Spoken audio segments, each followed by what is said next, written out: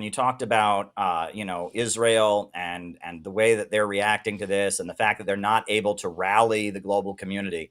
Yeah. The strategy of the Obama administration has completely failed. Barack Obama, I should say Barack Hussein Obama, he was very much an attempt to get the Muslim world to believe the United States was their friend, and to polarize the Muslim world between Sunnis and Shias, to polarize the Muslim world against Iran.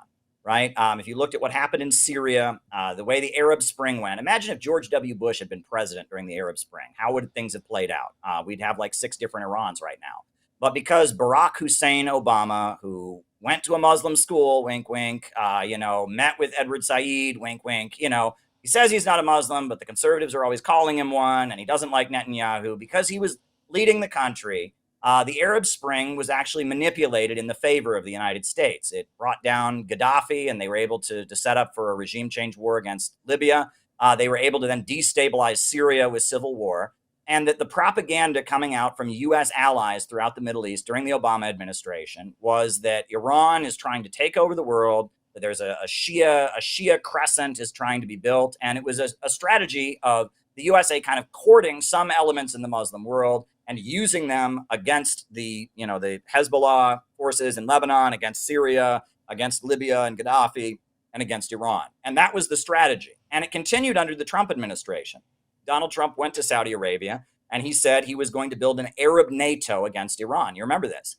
The whole strategy was that they were going to divide the Muslim world. And people talk about how Israel has been planning this for a long time, the Oded Yanan plan. And, there was an email that was leaked from Hillary Clinton where she said a Sunni-Shia war might be beneficial to Israel. And that was clearly the strategy, was polarize the Muslim world, divide the Muslims between those that are friendly to Saudi Arabia and those that are friendly to Iran. And that has completely failed. At this point, Iran and Saudi Arabia have diplomatic relations again. They are friendly with each other again. They're negotiating with each other again. And the entire Muslim world, Sunnis and Shias, westernized Muslims and more conservative Muslims, they're all supporting the Palestinians against Israel. And everything that the Obama administration was trying to achieve has just completely flopped. And now we have a situation where Netanyahu, it seems like he is determined in any way possible to turn this crisis that's taking place right now into an all-out war against Iran. The murder of the Iranian general in Syria recently, Iran is going to have to retaliate. If you kill a top general of a country, they're going to have to retaliate. And that it seems like Netanyahu is determined to push this crisis full speed ahead into a war against Iran. But the strategy of polarizing the Muslim world against Iran has completely flopped. And so if there were to be an Israeli attack on Iran, the entire Muslim world would be on Iran's side at this point because Israel is seen as the main enemy. And so, this is not a strategic moment for the United States and Israel to escalate against Iran, because Iran and allies of Iran, people that are sympathetic to Iran around the world, like Hezbollah, like the Houthis in Yemen, like the democracy movement in Bahrain, the Shia majority in Bahrain that are, have been protesting for their rights against the Saudi-imposed king. The Iranian-aligned forces around the world, because they are proving themselves by being so supportive of the Palestinians right now, they have a huge amount of sympathy. So the balance has really shifted, but yet Netanyahu seems determined to push this into an all-out fight against Iran.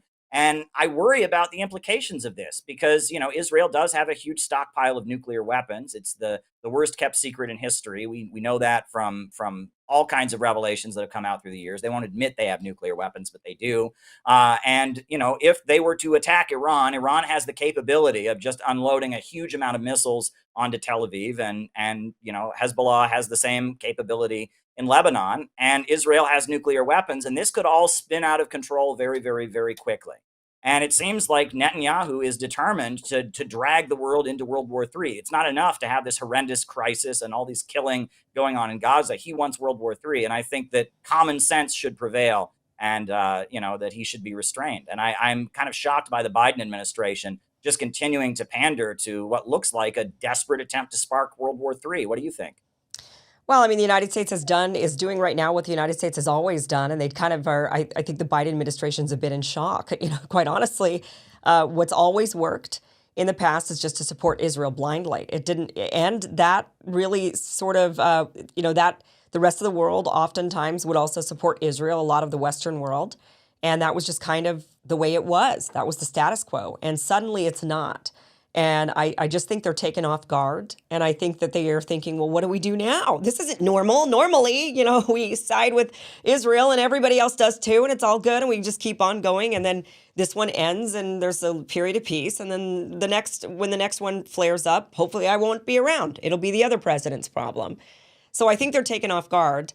They don't know how to react to this. They don't know how to react to the fact that the rest of the world has changed because largely the internet. I mean, the internet and the Palestinians having access to the internet to upload videos to show what's really going on rather than what we just get, from mainstream media and, when news organizations would go in, but only with Israel, with the IDF, and only get the IDF side of things. And that's what they showed us.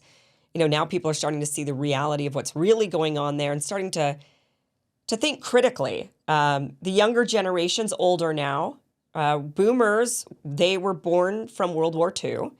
And there has been, rightfully, for many, many decades, a real sympathy for the Jewish people, for what happened after the Holocaust, a real sympathy. And that sympathy was enough for a long time to keep people very much in support of Israel, just believing that, well, we must do this thing. They must have a home, and we can't allow a Holocaust to happen again. But the younger generations that didn't grow up with that, I think more put into them by their parents or their education system, right? They're now far removed from the World War II generation, and they're looking at things more critically without the emotion.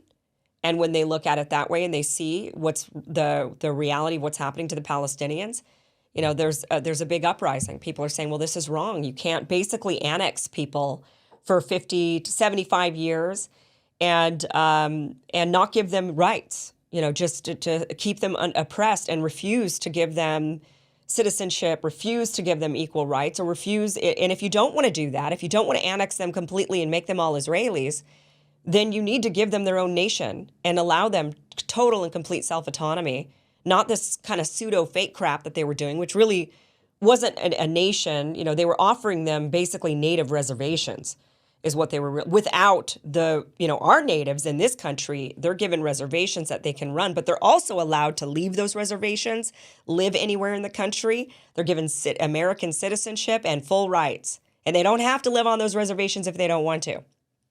That's not what's happened for the Palestinian people at all in these reservations that they've essentially been given. And it's all been, all of this refusal to give them that citizenship has been done under the guise of, under the defense of, and what the Israelis have used all these years is, they want their own nation and we're negotiating, right? They want their own land and we're negotiating. So they've been allowed to draw this out, and people just see it now for what it is.